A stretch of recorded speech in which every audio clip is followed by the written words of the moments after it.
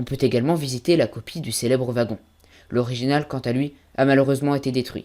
En effet, lors de la Seconde Guerre mondiale, Hitler fit signer l'armistice de 1940 dans ce même wagon, qui fut ensuite envoyé à Berlin puis incendié en 1945. Pour fêter la fin officielle des combats, à 11 h, dans toutes les villes de France, les cloches des églises et cathédrales retentissent.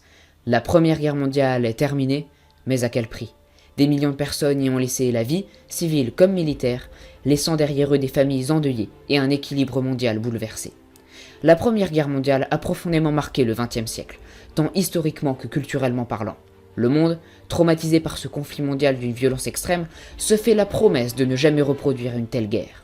Pour eux, cela doit être la première et la dernière guerre mondiale, la der des der.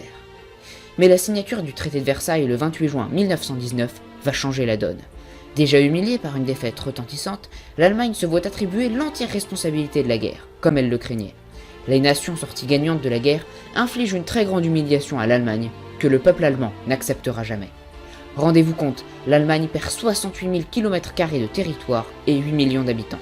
Elle perd l'essentiel de ses productions agricoles, ne peut plus avoir d'armée, se fait confisquer ses colonies et doit payer une somme faramineuse à ses adversaires. Et le lieu même où est signé ce traité est lourd de sens, la galerie des glaces du château de Versailles.